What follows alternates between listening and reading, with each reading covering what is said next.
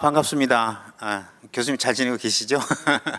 예, 제주대학교 이은규 교수님 오셨고요. 그리고 허은정 건축사님, 박형택 건축사님 이렇게 같이 자리를 해서 건축 이야기를 하기로 했습니다.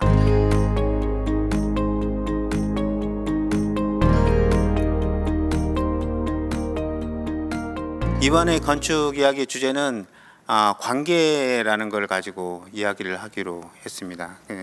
관계를 가지고 제주와 제주 건축 그런 것을 한번 이야기를 해볼 건데요. 보통 우리가 관계라고 하면 인간과 인간과의 관계를 보통 많이 얘기하죠. 뭐 형님과 동생, 엄마와 아빠, 부모 자식. 근데 건축에서의 관계는 또 어떤 게 있을까요? 뭐 안거리와 밖거리, 뭐 마당과 상방, 뭐 이런 등등 얘기도 있을 거고, 그 건축과 인간의 관계도 또 있을 거라고 생각이 됩니다. 아마 오늘 이야기의 많은 시간이 건축과 인간은 어떻게 관계 맺기를 할 것인가, 그걸 가지고 얘기를 많이 하게 될 것 같습니다. 이야기의 출발을 건축과 인간은 어떻게 관계를 맺고 있는 것일까, 그거에 대한 얘기를 한번 들어보겠습니다. 가까이 계신 이은규 교수님 먼저. 예. 우연히 일치일지 모르겠는데 이번 학기에 1학년 친구들을 대상으로 하고 있는 수업 이름이 인간과 건축입니다. 예, 그래서 말씀하셨듯이 가장 기본이 건축과 인간의 관계를 탐구하고 모색하는 게 가장 건축에 있어서의 시작이 아닐까. 그리고 뭐 이렇게 인간이라고 하는 키워드가 그래서 중요한 게 아닐까라는 생각을 하게 되는데요. 수업 시간에 하는 얘기 중에 하나가 이제 처칠이 얘기했던 얘기 중에 인간이 환경을 만들고 환경이 다시 인간을 만들고 그 인간이 다시 이제 우리를 만든다라는 그런 말이 있는데 뭐 이렇게 환경과 인간의 건축과 인간의 관계에 대한 아주 명쾌한 얘기인 것 같아서 늘 항상 그 얘기를 하고 있습니다. 역시 인간과 건축이라는 게 굉장히 밀접한 관계를 갖고 있다는 그런 얘기와 또 제주이기 때문에 더욱 특수한 상황이 있을 수도 있겠다라고 하는 거에 대한 얘기가 좀 있습니다. 허은정 건축사님은 어떻게 생각하시나요? 건축은 기본적으로 인간의 욕구나 필요에 의해서 공간과 형태가 만들어진 인공적인 행위입니다. 하지만 그렇다고 해서 자연 환경과의 관계를 무시할 수 없고 절대로 그 관계를 자연 환경을 고려해야 된다고 생각합니다. 특히 제주도는 자연환경을 무시할 수 없는 건축 환경이고요. 이 환경이 또한 오늘 주제인 관계, 건축, 제주와 함께 이야기될 수 있다고 생각합니다. 인간과 건축과의 관계를 얘기하면서 또 제주인 경우에는 자연환경과 또 건축과의 관계 이런 것들도 깊이 생각을 해볼 필요가 있다고 이제 또 말씀해 주셨는데요. 이은규 교수님 그 글 중에는 그 애착이라는 말이 조금 나왔어요. 그래서 어떻게 보면 건축과 인간의 관계를 얘기할 때 그 애착 뭐 이런 것도 굉장히 중요한 얘기일 것 같아서 한번 교수님이 의견 한번. 사실 그런 얘기를 합니다. 학생들한테도 그렇고 주변의 분들한테도 좋은 건축이 과연 무엇일까라고 얘기를 하면 사실 다들 처음에 사람들이 입주하기 전에 가장 처음 지어진 건물을 다들 좋은 건축이고 멋있는 건축이라고 생각을 하거든요. 근데 정작 사실 살아보면서 살림이 들어가고 물건이 들어가고 그러다 보면 집이 사실은 원래 건축가가 의도한 형태가 아닌 쓰임이나 형태로 변하거나 그것들을 싫어하는 경우도 굉장히 많죠. 근데 정작 가치 있고 사랑받는 건축은 사실은 시간이 지났을 때 오래됐을 때 비로소 사람들의 어떤 가치를 인정받는 건축들이 관계를 성공한 건축이 아닌가라는 생각을 해보고, 그 원인이 무엇일까라고 한다면 누군가는 그 건축에 애착이라고 저는 말을 하는데 애정을 가지고 건축을 인간의 삶과 함께 같이 오랜 시간 동안 지났기 때문에 그 건축이 그렇게 가치 있는 건축이 될 수 있다라고 생각을 하거든요. 부모와 자식 간에도 애착 형성이 굉장히 중요하다는 얘기를 하는데 집과 인간 사이에도 그런 좋은 애착 형성을 하는 게 우리 환경으로서 중요하지 않을까라는 생각에서 그런 키워드를 좀 드렸습니다. 네. 저도 이제 설계를 하거나 이렇게 하다 보면 그 집이 과연 이 주인에게 나중에 어떤 건물이 될 것인가 그런 게 궁금해지기도 하고 그걸 상상해 보기도 합니다. 그걸 아마 교수님께서는 애착이라는 게 키워드로 말씀을 하셨지만 굉장히 중요한 것 같아요. 건물과 건축물과 사람과 교감을 할 수 있는 그 방법이라고 하는 게 애착을 통해서 이루어진다고 또 볼 수가 있는 것 같고요. 되게 중요한 말씀을 하신 것 같습니다. 박경택 건축사님 어떻게 인간과 건축의 관계는 어떻게 생각을 하실까요? 그러니까 저희들 뭐 대부분 어릴 때 단독주택이 많이 이렇게 있었고 이제 거기에 있었던 마당이라든가 이런 공간에서 애착, 그러니까 경험인 거죠. 이제 단순히 건축이 좋은 건축이라는 게 거기서 좋은 경험을 통해서 시간이 지나도 그 사람한테 긍정적으로 이렇게 영향을 미칠 건데 그 자본주의 시대가 만든 어쨌든 2차 대전 이후에 뭐 산업혁명 이후긴 하지만 어쨌든 빠른 시간에 많은 사람이 이제 살아야 되는 아파트라는 이제 구조물을 이제 많이 지어대면서 이 구조물이 평준화되어 있는 모듈, 그다음에 면적, 애들이 이렇게 이런 데서 자라면서 애들이 여기서 과연 이제 되게 창의적인 어른이 될 것인가에 대한 의문점이 들고, 그리고 이 얘기를 이제 국내 학자가 그런 연구를 좀 했더라고요. 신도시에 있는 학생들을 조사를 했더니 대부분의 신도시에 우리가 보통 8호 전용 8호제곱미터 미만의 비슷비슷한 그 아파트를 소유할 수 있는 계층이라고 할까요? 하면은 보통 중산층 정도의 계층의 애들이 중산층 거기서 자라고 그런 환경 속 학교에도 다 비슷비슷한 수준의 학생들이 자라면서 애들이 이제 성인이 됐을 때 이제 문제점이 발생한다고 하더라고요. 그러니까 이게 다양한 사람을 어릴 때부터 이제 만나지 못하는 조건이고 다 비슷한 뭐 생각도 비슷하고 목표점도 좋은 대학을 가야 되고 좋은 직업을 가져야 되는 생각만 갖던 학생이 어른이 돼서 다양한 사람을 만났을 때 다양한 중에 특히 뭐 군대에서 그런 일이 좀 가끔 발생하는데 이 사회와의 적응, 그 상대방에 대한 이해도가 현저히 떨어진다는 이런 연구도 좀 있다고 좀 요번 좀 주제를 듣고 한번 이렇게 찾아봤는데 이제 이 건축과 인간의 관계가 단순히 현재 최근에 21세기까지 와서도 어떤 자본주의 논리에서 이제 세워진 인위적으로 만들어져 있는 자본가들에서 만들어진 걸로서 이렇게 사람들이 그러니까 이제 좀 다양한 사람이 나오지 않고 되게 평준화되어 있는 모나진 않지만 그냥 평준화된 사람. 그래서 뭐 한번 이게 관계에서는 도시나 뭐 이런 건축에 대한 부분들을 다시 한번 21세기에는 좀 많이 고민해봐야 될 시대가 되지 않았나 뭐 이런 생각 좀 듭니다. 그 현대 도시화되면서 이제 특히 아파트 공간이나 이런 게 만들어내면서 그 사회적인 관계나 이런 게 이어짐이 좀 끊어지거나 아니면 아동기의 인격 형성에 어떤 문제가 생기거나 뭐 이런 것이 있을 수 있다라는 그런 사례를 좀 들었고요. 실제로 건축 공간이 인간관계에 큰 영향을 줄 수가 있다라고 하는 전제는 어느 정도 많이 수긍을 하고 있는 것 같아요. 건축사들이 공간을 다루기는 하지만 그 공간을 다루는 것 자체가 인간 간의 관계에도 굉장히 큰 영향을 주는 거기 때문에 단순히 디자인의 문제가 아니고 사회적인 문제나 인간적인 문제까지 영향을 줄 수가 있는 것이다 라고 생각하는 점에서는 공감을 많이 하는. 근데 실제로 허은정 건축사님 그 설계를 할 때 건축주나 그 설계를 의뢰하신 분이나 아니면 주위에서 건축사가 아닌 분들이 얘기할 때 그거를 많이 느끼고 있다고 보이시나요? 느끼고는 있다고 생각하는데 그 느낌이 자신의 요구나 필요에 의해서 공간을 요구는 하시지만 그게 정서적까지 이어진다라고 느낀다든지 그거를 깨닫지는 못하시는 것 같아요. 예. 아직까지는. 그런데 그 저희가 아무래도 만나는 건축주분들이 저희 연배나 저희 위에 연배들이 있으시잖아요. 하지만 그 저희보다 낮은 연배라든지 지금 20대나 아니면 그런 연배들이 만약 건축을 의뢰한다면 그들은 그걸 알 것 같습니다.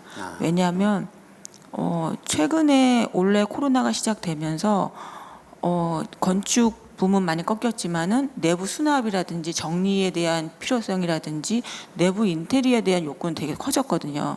근데 그 욕구가 20대나 10대들도 느끼고 있거든요. 그러면 그들이 컸을 때 건축주가 됐을 때는 자연스럽게 저희들이 얘기를 하지 않아도 알고 그걸 또 반영하고 필요로 할 거라고 생각이 됩니다.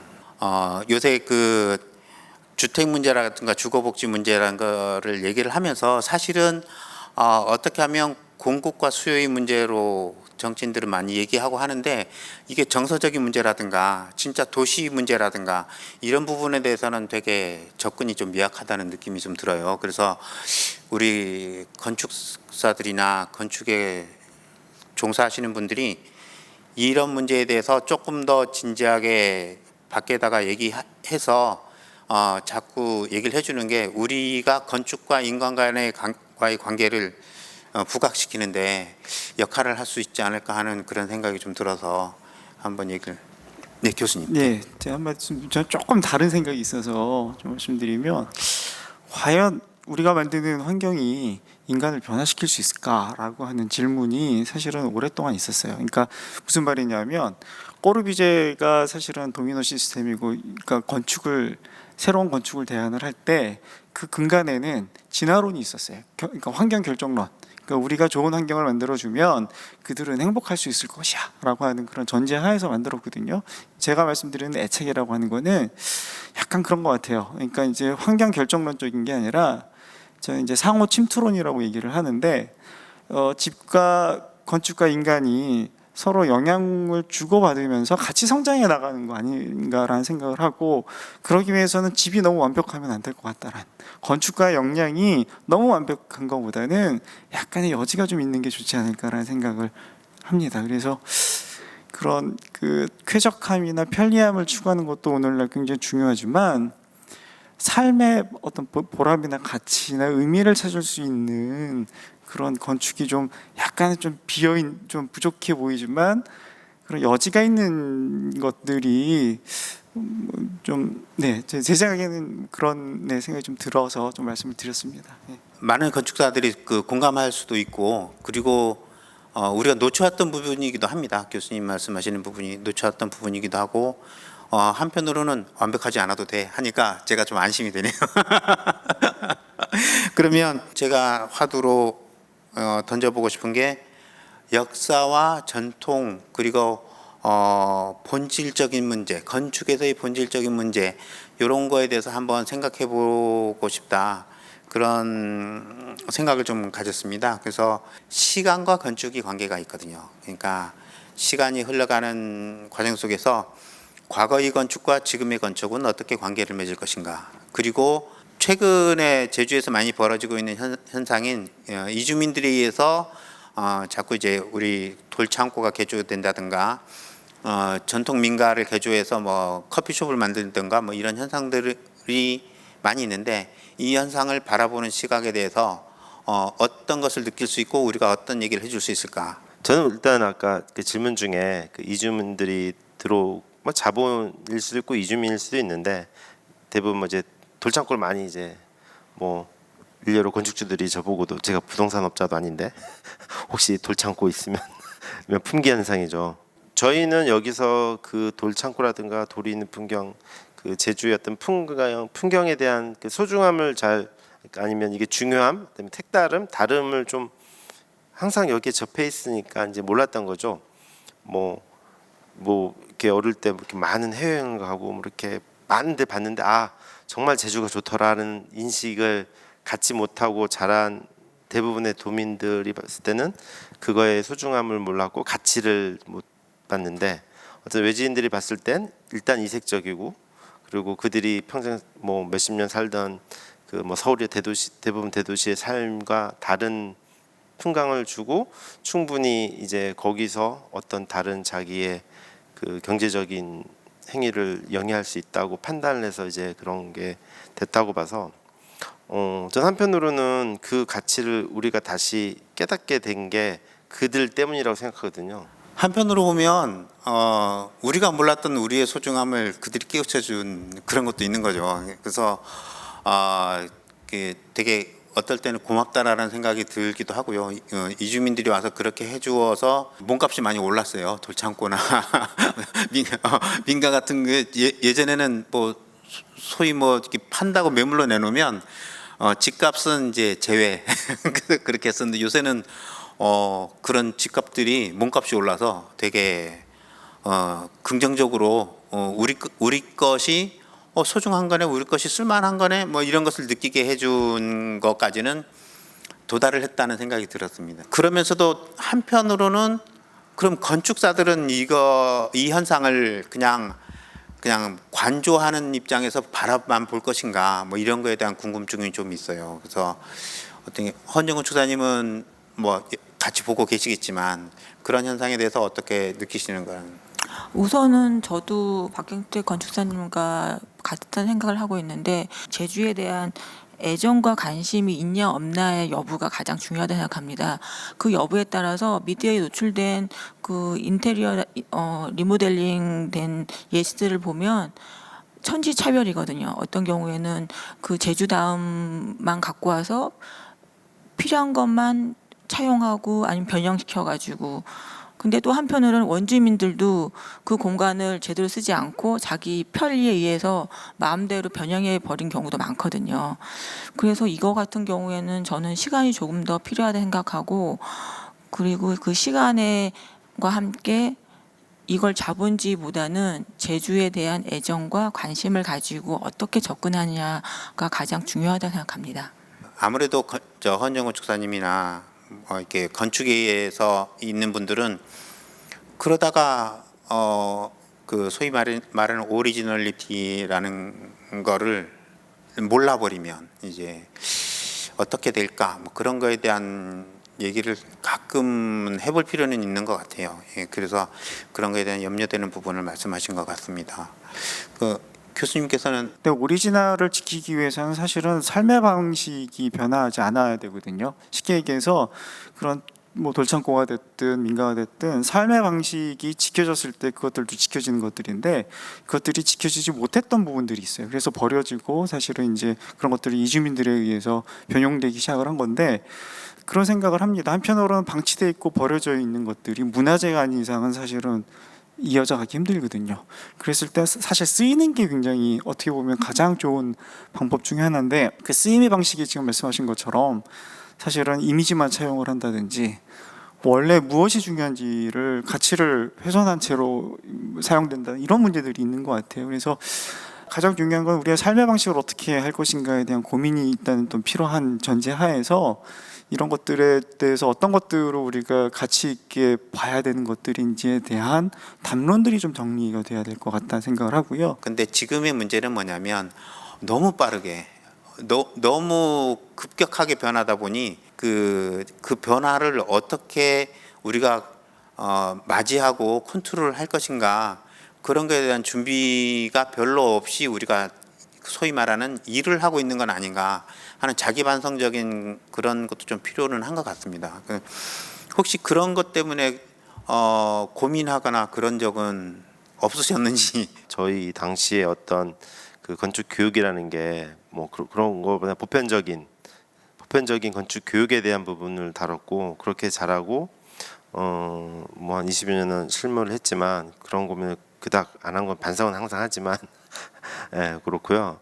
근데 좀 저는 희망을 갖는 게, 우리 지금 제가 이렇게 자녀들 이렇게 교과서 초등학교 이렇게 보면 그 지역 사회 과목에 보면 그 일단 뭐 제주어 관련이라든가 제주의 그 이렇게 위인들 공부, 다음에 지역 사회에 대한 공부, 그러니까 우리가 30년 전의 교육에서는 이렇게 보편적 교육을 받았고요. 지금 그 보편적 교육에 플러스 그 특수한 그 지역에 대한 공부를 추가적으로 하고 있더라고요, 애들이. 그러니까 이제 알게 모르게 이런 게 축적이 되고 있는, 뭐 이렇게 교육적인 게 제일 중요하니까 그런 상황을 이렇게 보면서 이렇게 앞으로 한 20, 30년 후에 우리 제주에 있는 다른 이제 그 시대를 끌 사람들은 저희보다는 이제 이런 부분이 축적이 될 거고, 그래서 좀 더 저희들보다는 요거에 대한 생각이나 이런 것들이 좋아질 거라는 생각이기 때문에 저는 자연스럽게 물러다시 가면 좋아질 거다. 그만큼 교육이 많이 지금 뒷받침되고 있다. 저는 좀 긍정적으로 생각하고 있습니다. 사실은 학교에서 학생들을 이제 가르치려고 하다 보면 이 건축사, 그 총체적인 건축사도 가르쳐야 되지만 우리 지역 건축사에 대한 것도 얘기를 해야 되고, 우리 제주대학교 출신 학생들은 제주의 건축에 대해서 어느 정도는 이해를 해줬으면 좋겠다라고 하는 바람도 있긴 있을 것 같습니다. 사실은 제주에 있는 많은 사실 학교들이나 그리고 우리 이제 건축 사회나 아니면 건축 가회에서의 기존의 건축인들이 사실 함께 고민해야 될 부분이라고 생각을 합니다. 학교에서 같은 경우도 사실은 말씀하신 것처럼 지역에 대한 어떤 건축에 대한 어떤 학생들의 어떤 가르침이 필요하다고 생각은 하고요. 터무니없다라는 말 제가 되게 좋아하는 말 중에 하나인데 터무니없다라는 건 터 없이 사실은 건물을 지을 수 없잖아요. 그래서 그 터라는 게 사실은 제주도의 자연환경이고 뭐 이런 그 전통적인 뭐 철근 콘크리트라고 하는 강력한 어떤 무기를 우리가 손에 넣기 이전에는 사실은 비바람 치고 태풍 불고 뭐 이런 자연 환경과 삶에 어떻게 순응해서 살 것인가를 고민한 결과들이거든요. 그래서 일단 터에 대한 고민들을 학생들이 좀 하면 자연스럽게 말씀하셨던 지역성에 대한 건축 뭐 이런 것들이 따라오지 않을까라는 생각이 들고요. 또 하나는 이제 그 학교에서 가르칠 수 있는 어떤 가르침과 아까 말씀드렸듯이 지역에 함께 그 건축인들이 함께 할 수 있는 부분은 분명히 또 영역이 또 달라질 수 있다고 생각을 하거든요. 그래서 교과과정 외에 어떤 특별 활동이라든지 이런 쪽에서 지금 뭐 물론 청소년 건축학교라든지 뭐 다양한 프로그램들이 있지만 그런 것들을 함께 구축하는 만들어가는 게 우리 기성세대로서 필요한 부분이 아닌가라는 생각을 합니다. 네. 지금 교수님 말씀을 듣고 있으니까 이 건축문화축제라는 것 자체도 이 행사를 하고 있는 게 이제 학생들도 참여하고 기성건축가들도 참여해서 서로의 생각을 얘기하고 그러면서 관계 정립을 이렇게 만들어내가는 그런 그 행사 중에 하나인 것 같습니다. 그 터라는 얘기가 나오니까 자연스럽게 그 다음 질문으로 이렇게 넘어가게 될 것 같습니다. 다음은 제주의 환경과 건축은 어떻게 관계 맺기를 하는 게 좋은 것인가, 제주의 자연환경은 어떻게 이해할까, 뭐 이런 거에 대한 질문인데 다른 지역하고 좀 특수한 부분이 좀 있고 뭐 한라산이라는 그 독보적인 그런 영산이 있고 그 다음에 사면이 바다로 있어서 늘 해양 문화를 접하고 있고 뭐 그런 특수한 그리고 바람이 지금 태풍 불고 있는데요. 이 소중한 태풍이죠. 이 태풍도 제주에서만이 느낄 수 있는 그 강력한 파워 뭐 이런 것이 있기 때문에 어떻게 보면 제주인들이 강한 그 자질과 심성을 만들어낸 그런 이제 자연 환경일 수도 있습니다. 이런 자연 환경과 우리 제주 건축 또 우리가 앞으로 해나갈 건축과의 관계는 어떻게 이렇게 맺어졌으면 좋을까? 또 건축인들은 무엇을 고민하면 좋을까? 그런 거에 대한 얘기를 한번 들어보고 싶네요. 건축사님 얘기하신 것처럼 제주도는 한라산이라는 것이 가장 건축 환경의 큰 요소라 생각합니다. 20대 때 처음으로 여행을 갔을 때 그 비행기 안에 들었던 말이 뭐냐면 그분이 제주도 왔을 때 외진이었어요. 근데 제주도 와서 자기가 가장 놀랐던 건 돌담이었대요. 검은색 돌을 처음 봤대요. 태어나서. 근데 저는 마찬가지로 타지에 나갔을 때 검지 않은 붉은색 흙과 돌을 처음 봤거든요. 그게 저한테는 또 충격이었거든요. 그리고 바다가 아니고 온통 산으로 둘러싸인 공간을 처음 느껴봤고요. 그래서 타지인들에게 제주도는 정말 훌륭한 환경이고 경험하지 못할 그 자연 환경을 주고 있고 그것이 아마 그들에게 가장 매력적인 요소로 발전한다고 생각합니다. 근데 최근에 이루어지는 건축물들은 보면 한라산과 바다를 조망하고자 하는 욕구를 되게 많이 갖고 있고 그 욕망을 과감 없이 드러내고 있거든요. 근데 조망만이 자연환경이 전부라 생각하지 않습니다. 이제는 조망이라는 거시적인 환경이라든지 그거에서 벗어나서 그 건축물이 들어서는 부지의 환경을 적극적으로 받아들이고 들여서 그거를 건축에 표현하고자 했으면 하는 바람이 있습니다. 조망이 아니고. 사실은 원론적인 부분은 환경과 건축이 어우러져서 있었으면 좋겠다라고 하는 얘기는 많이 하시는 것 같아요. 근데 막상 컴퓨터를 켜고 도면을 그리기 시작하면 잘 안 돼. 실천하기가 쉽지 않은 부분이죠. 그렇죠. 예. 그리고 건축주들도 마찬가지로 원론적인 걸 얘기하면 아마 뭐 수긍을 하실 건데 내 집 지을 때는 안 그랬으면 좋겠다. 그게 아마 허은정 건축사님이 말씀하신 그 욕구, 욕망 뭐 이런 것 같아요. 인간이라면 다들 가지고 있는 어떤 욕심이 있는데 그 욕심을 내가 쓰레기를 버릴 때는 잠깐 잊어버리는 거죠. 이제 그러고 남들이 버리는 걸 보면 저 쓰레기를 그 클린하우스에 갖다 버려야 되는데 그렇게 되는 거예요. 참 그게 참 어려운 부분인 것 같습니다. 하지만 이게 아주 단순하지만 실천을 우리가 하기가 어렵기 때문에 자꾸 질문을 드려야 되는 것 같아요. 박경택 건축사님, 그 제주의 자연환경과 그 안에서 실천해야 될 우리의 자세는 어떤 게 있고, 네. 조금 더 구체적인 예를 들어가면서 하면 어떤 게 있을까요?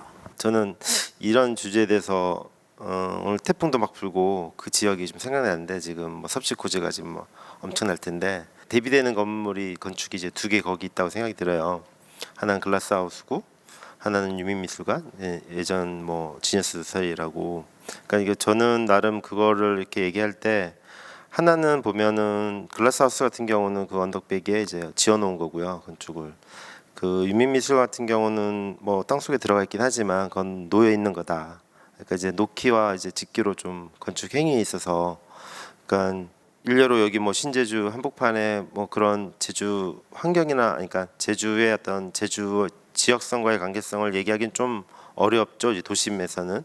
하지만 어쨌든 이런 경관이 살아 있는 데서는 그 건축사들이 그런 그 어떤 의뢰를 받고 설계할 때도 아까 물론 욕망도 있고 뭐 자본의 논리 때문에 이제 하지만 그런 놓기와 짓기를 좀 구분해서 한다면은 좀 더 좋은 제주의 그 경관을 보존할 수 있는 방향으로 나가지 않을까, 뭐 그렇게 좀 생각이 듭니다. 재미있는 표현인 것 같습니다. 놓기와 짓기. 우리는 집을 짓는 사람이에요. 대부분 건축한다고 하면 집을 짓는다. 그런데 이제 짓는 게 아니고 이렇게 놓는 것이면 어떨까? 뭐 이렇게 그런 얘기를 했습니다. 또 교수님은 또 원래 출신은 제주는 아니시잖아요. 그러니까 더더군다나 이제 느끼는 게 좀 다르실 것 같습니다.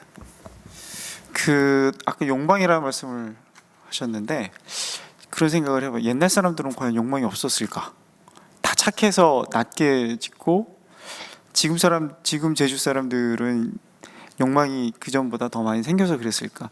저는 그렇기보다는 아마 기술적으로나 사실 재료적이거나 뭐 이런 것들이 사실은 바람에 순응할 수밖에 없었던 삶의 자세가 협력해야지 살아갈 수 있고, 그래서 괜당 문화라는 것도 생겼고, 집들도 마찬가지거든요. 집들도 혼자 있는 것보다는 군집으로 돼 있고 안거리 밖거리 돼 있어서 서로 협력하면서 이거를 지탱하는 게 사실은 필요했었던 것 같거든요. 그래서 낮게 져야지 바람에도 유리하고 뭐 그랬는데, 이제 우리가 이제 어느 순간 플라스틱이 손에 들어오는 순간 생활의 라이프 스타일이 바뀐 것처럼 건축에서는 철근 콘크리트가 등장을 하면서 내재되어 있던 욕망이 드러난 거 아닌가라는 생각이 들어요. 그래서 철근 콘크리트라고 하는 강력한 이 강력한 제주의 바람과 비바람에도 견뎌낼 수 있고 더 높게 지을 수 있는 재료가 우리 손에 들어왔고, 또 건축을 지을 수 있는 제도도 육지에 있던 제도들이 우리 제주도의 상황과 맞지 않게 들어온 것들이 분명히 있다라고 생각을 해요. 근데 재밌는 게 뭐냐면 처음 이런 철근 콘크리트조가 지어질 당시에 집들은 과연 어땠을까를 좀 살펴보면 보통 70년대들 집들이거든요. 일단 평지붕이라든지 이런 것들도 많이 생기는데 처마 공간이 굉장히 많아지는 거가 좀 보여요. 그러니까 예전에 처마라고 하는 거는 바람 때문에 굉장히 불리한 공간이었거든요. 근데 분명 더울 텐데 왜 처마를 안 만들까? 물론 바람이죠. 근데 이런 공간들이 등장하는 걸 보면 내재되어 있던 욕망들을 해소할 수 있는 방법으로 아마 이런 그 콘크리트가 들어왔는데, 제도라든지 이런 것들과 함께 지금 오늘과 같은 그런 결과들이 나온 게 아닌가라는 생각이 들고, 아까 놓기와 짓기라는 말을 하셨는데 건축이 한자어고 일본어고요. 원로는 영조한다라는 말을 쓴다고 합니다. 그래서 그게 이제 짓는다라는 뜻인데, 그러니까 짓는다라고 하는 거로 과연 우리가 돌아가는 게 쉽지는 않겠지만 뭐 마음을 담아서 글쓴이를 지은이라고 하는 것처럼 그런 콘크리트라고 하는 강력한 무기를 우리 손에 줬지만 이거를 욕망을 좀 자제할 수 있는 그런 덕목을 우리가 좀 키우는 거가 좀 필요하지 않을까라는 생각을 좀 해봤습니다. 네. 코로나로 인한 건축의 변화, 코로나로 인한 건축계의 미래는 어떻게 될 것인가, 코로나로 인한 우리의 관계는 어떻게 될 것인가, 이런 거에 대한 얘기를 한번 이제 던져보고자 하는 시간을 만들었습니다. 지금의 건축은 다 끊는 것들을 너무 잘하는 것 같아요. 관계도 끊고 열도 끊고 우리의 공간들도 사실은 단절돼 있고 단열처럼, 그러니까 대표적인 게 이제 아파트라든지 학교나 병원 이런 시설자가 주거 시설 뭐 이런 시설자가 붙는 것들은 사실은 굉장히 효율적이고 기능적인 공간들이거든요. 그래서 끊는 걸 잘해요. 그래서 코로나 초기에는 되게 좋아요. 무슨 말이냐면 출입구 하나만 관리를 잘하면 밖에서 들어오는 그런 감염병을 차단하는 거는 굉장히 좋을 수 있어요. 근데 지금 벌써 2년 됐어요. 그러니까 요거 잘 틀어막고 한 두세 달 잘 버티면 우리는 예전으로 돌아갈 수 있어. 백신 나올 때까지만 참아보자 하고 이제 열심히 참았어요. 마스크 쓰고. 근데 지금 2년 지났고 백신이 나왔는데도 사실은 선진국들이 자기들만 백신을 맞고 또 새로운 변이들이 생기고 서로 믿지 못하니까 또 계속 이런 악순환이 계속되는 것 같거든요. 근데 이런 일상화, 뭐 위드 코로나라는 말도 나오고 그러는데 일상이 되는 속에서의 건축에서의 이런 기능적인 공간이 과연 기능적일 수 있을 것인가? 그러니까 반대로 얘기하면 내부에 코로나가 퍼졌을 때는 이 단절이 돼 있고 컨트롤하기 쉬운 공간이 되게 열악해요. 그 안에서 뭐 예를 들어서 교도소 같은 거, 뭐 학교 시설 같은 것들 한번 확산이 되면 집단 감염이 되면서 뭐 걷잡을 수가 없거든요. 그러니까 지금 이 기능적이고 기계적이고 꼬르비제가 선언했던 뭐 살기 위한 기계라고 했던 어떤 이런 선언이 컨트롤할 수 있는 어떤 기능적인 시대에는 맞을지 모르겠지만 위드 코로나의 시대에서는 공간의 어떤 체계 자체가 좀 바뀌어야 되지 않을까라는 생각을 해요. 물론 뭐 발코니와 뭐 이런 얘기들도 물론 중요하겠지만 공간을 만드는 위기나 체계 같은 것들 지금은 단계로 돼 있죠. 피라미드처럼 돼 있죠. 하나의 공간을 향해서 모든 공간들이 집중돼 있는 그리고 그 말단부에 사실은 컨트롤할 수 있는 뭐 학교라고 하면은 교무실이 있고 아파트라고 하면 경비실이 있는 거고 병원이라고 하면 뭐 너스 스테이션이 있고 뭐 이러한 공간의 어떤 우리의 상식들이 조금 바뀌어야 되지 않을까라는 생각을 좀 일단 좀 해봤고요. 네. 아마 코로나로 가장 조직적인 변화를 심하게 겪고 있는 데가 학교일 것 같아요. 단체 급식도 어려워지고 수업 자체도 어려워지고 뭐 그러면서 저희 집에서도 이제 저희 그 자녀가 학교를 안 가고 이제 모니터로 수업을 듣고 하는데 수업 듣는 시간에는 엄마 아빠는 이제 쫓겨나서 거리를 배회해야 됩니다. 이렇게 수업할 때 조용히 해야 되고 하니까 그런 게 집에서 볼 수 있는 새로운 환경으로 등장하기 시작을 한 것 같습니다. 이게 건축에서도 영향을 줄 거는 같아요. 뭔가가 생활이 바뀌었기 때문에. 제가 애가 셋이다 보니까 이 온라인 시대에서 어떤 상황이 벌어지냐면요. 애 셋이 뭐 이렇게 어떤 애가 가고 첫째가 가고 안 가고 할 때지만 동시에 셋이 다 있을 때가 있어요. 플러스 와이프가 이제 공직에 있는데 재택근무가 들어가요. 4명이 집에 하루 종일 일주일 이렇게 있으면요. 이 상황이 이제 만만치가 않은 거예요. 그러니까 절대 주거 공간에서의 절대 면적이 8호제곱미터의 아파트에 사는 입장에서 충분할 줄 알았는데 이 충분치가 않은 거예요. 5인 가족이 8호제곱미터의 이 코로나 시대에 살기란 너무 힘든 거고요. 진짜로. 일단은 전산 장비도 4명이 컴퓨터가 집에 4대가 필요한 거야. 이게 도대체가 그런 준비도 안 했었는데 이게 한 일주일 이렇게 하루 이틀이면 어떻게든 버티죠. 근데 지금 1년 6개월 이상 1년 거의 2년 돼가고 있잖아요. 되게 힘든 상황이라 일단 우리나라가 어떤 경제적인 거나 여러 가지 이유로 주택보급에서 8호라는 걸 국민주택 규모라고 이제 정해놨는데 우선 시급히 이건 가족 구성원이라든가 이거에 따른 면적에 대한 새로운 이게 정의가 돼야 될 것 같고요. 그러니까 우리 공간이 너무 이분화되어 있었다.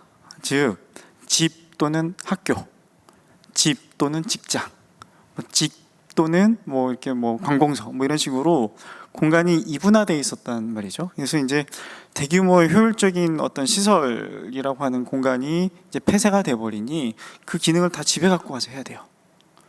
그럼 과연 뭐가 문제였을까? 그냥 반대로 얘기하면 과거에는 집에서 그렇게, 그러니까 집이 그렇게 기능을 잘하지 못했었어요. 목욕도 동네에서 목욕을 하고, 식사도 그 마을에서 뭐 이렇게 평상 놓고 뭐 이렇게 담소를 나누기도 하고, 그러니까 집이 사실은 너무 자폐적이고 완벽해지려고 했었던 노력들이 지금은 지금 역공을 당하고 있는 거 아닌가라는 생각을 하는데, 반대로 얘기하면 이제 제3의 공간이라는 얘기들이 이제 등장을 하고 있죠. 쉽게 얘기하면 지금에도 제3의 공간은 많아요. 커피숍, 널린 게 커피숍입니다. 그래서 아이들이 어디를 가냐 하면 동네 커피숍, 대규모의 학교를 대신하는 대규모의 커피숍으로 쫓겨나요. 학교는 못 가니까. 그럼 거기서 인터넷 되니까 거기서 인터넷 하면서 수업 듣고 하거든요. 근데 사실은 거기도 똑같거든요. 그러니까 학교가 공간이 커피숍으로 돈을 내고 그 공간을 점유하고 있을 뿐이지, 사실은 공의 공간은 똑같은 거라는 관점에서 본다면 저는 조금 더 제3의 영역이라고 할 수 있는, 그러니까 그 공하고 이 공은 다릅니다. 그러니까 우리가 퍼블릭하는 공과 커먼은 다르거든요. 즉, 그러니까 신뢰를 할 수 있는 소수의 사람들이 시간을 달리하면서 커피숍도 마찬가지예요. 커피숍에 내가 단골이 커피숍이 있어. 단골이 있고 마을의 골목상권 안에 내가 우리 집 이외에 편하게 시간을 보낼 수 있는 그런 영역들과 공간들이, 그러니까 지금 이제 우리가 공공영역에서 발주를 하면 대규모의 시설을 자동차 위주의 어떤 근린주구 단위로 이렇게 만들어내죠. 근데 이런 프로세스가 사실은 조금 작은 스케일의 것들이 우리 골목 안으로 들어와서 제3의 영역이 존재를 한다면 조금 더 이런 그 유연성을 우리가 갖고 융통성을 갖게 될 수 있지 않을까라는 생각을 해보거든요. 그래서 이분화되어 있던 어떤 공간의 질서에 대한 어떤 원론적인 논의, 이런 것들이 좀 필요하지 않을까라는 생각을 공간에서 한 번 더 해봤습니다. 이제 우리가 건축인으로서, 건축사로서 사회와 어떤 관계를 맺으면서 이렇게 진행하면 좋을까, 살아가면 좋을까, 아니면 건축물이 어떻게 됐으면 좋을까, 뭐 그런 등등 생각나는 대로 이제 짧게 의견을 제시하면서 이야기를 좀 마무리해 볼까 합니다. 저는 그 태도해야 되는 부분이 다들 이제 우리 직업군이 양심은 있다고 봐요. 그거를 이제 그 양심을 속이지 않느냐, 속이느냐인데, 예, 어떤 업을 하기 위해서. 그래서 10% 20% 정도만 내 갖고 있던 그 양심을 속이지 않고 업을 행하면 그 건축과 내가 설계하는 이 건축과 사회 관계, 그다음에 이 건축을 이용하는 사람들과의 관계도 지금보다는 훨씬 좋아지지 않을까. 그래서 약간 개인 건축사들의 어떤 양심을 믿고 좀 뒀으면 좋겠어요. 나아질 거라고 저는 항상 긍정적으로 생각합니다. 네. 건축사라는 게 어떠면은 가장 자본주의 자본에 의해서 움직이는 직업군이라 생각합니다. 저희의 요구나 이런 것보다는 자본에 의해서 가장 움직이는 직업군인데, 그렇다면 그 자본을 가져다 주는 건축주의 요구를 안 들어줄 수가 없거든요. 그래서 어떨 때 보면은 가장 움직일 수 있는 범위의 폭이 좁을 수도 있다 생각합니다. 그래서 저는 그럴 때마다 생각합니다. 질문을 먼저 줄 수 있는 사람이 되면 어떨까? 아니면 그들이 내가 질문을 던졌을 때 그 질문을 무시하더라도 한 번쯤 질문을 이거는 놓치고 가지 않았으면 좋겠습니다라고 질문을 던져줄 수 있었으면 좋겠고, 자본주의에 의해서 움직이더라도 가장 기본적인 뭐 초심까지는 아니겠지만 뭐 기본은 지키고 갈 수 있지 않을까. 네, 저는 이제 우리가 제주건축문화축제잖아요. 그래서 이제 그 의미를 좀 짚어보면, 제주에는 이제 괜당이라는 말이 있습니다. 근데 이게 관계를 굉장히 제주는 중요시하는데, 왜 그럴까? 사실은 어렵기 때문에 서로 신뢰하고 믿지 않으면은 살아갈 수 없거든요, 제주에서. 그래서 괜당이라고 하는 어떤 관계를 굉장히 중요시하는 문화가 있었습니다. 근데 지금 이제 코로나 시대가 또 한 번 우리한테 이런 그 관계의 중요성을 한 번 더 일깨워 주는 것 같아요. 그래서 이제 백신도 70% 80% 이상 돼야지 사실은, 그러니까 상대방이 맞아줘야지 내 건강이 지켜지고 상대방을 믿어야지 사실은 이게 그 살 수 있는 시대가 됐거든요. 그래서 이게 지금이야말로 우리가 괜당이라고 해야 될까요? 어려움 속에서 우리가 믿었기 때문에, 신뢰할 수 있었기 때문에, 커뮤니티가 튼튼했기 때문에 그런 그 이겨낼 수 있었던 문화가 있었던 것처럼 건축 역시 이렇게 좀 건축 공간과 이런 우리들의 관계들 역시 서로 신뢰할 수 있는 관계, 서로 믿을 수 있는 관계를 어떻게 잘 만들어갈 수 있을까라는 거를 좀 고민해봐야 되지 않을까라고 생각을 하면서 마무리드리고 싶습니다. 네.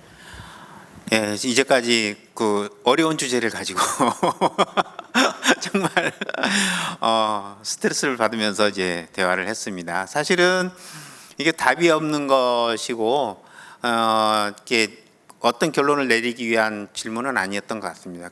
근데 이제 이런 질문을 해봄으로 인해 가지고 한번 직업적인 반성도 한번 해보게 되고, 그리고 제주 속에서 건축물이 어떻게 정의되어져야 되는지 그에 대한 고민도 한번 해보게 되고, 시간과 건축과의 관계는 어떻게 돼야 되는지, 그리고 지금 사회가 격변하고 있는 이 상황 속에서 우리는 어떤 준비를 해야 되는지 뭐 이런 등등의 이야기를 나눠보는 시간이 되어서 좀 유익한 시간이 되었다고 생각이 듭니다. 자, 고생하셨고요. 이것으로 대담회를 마치겠습니다.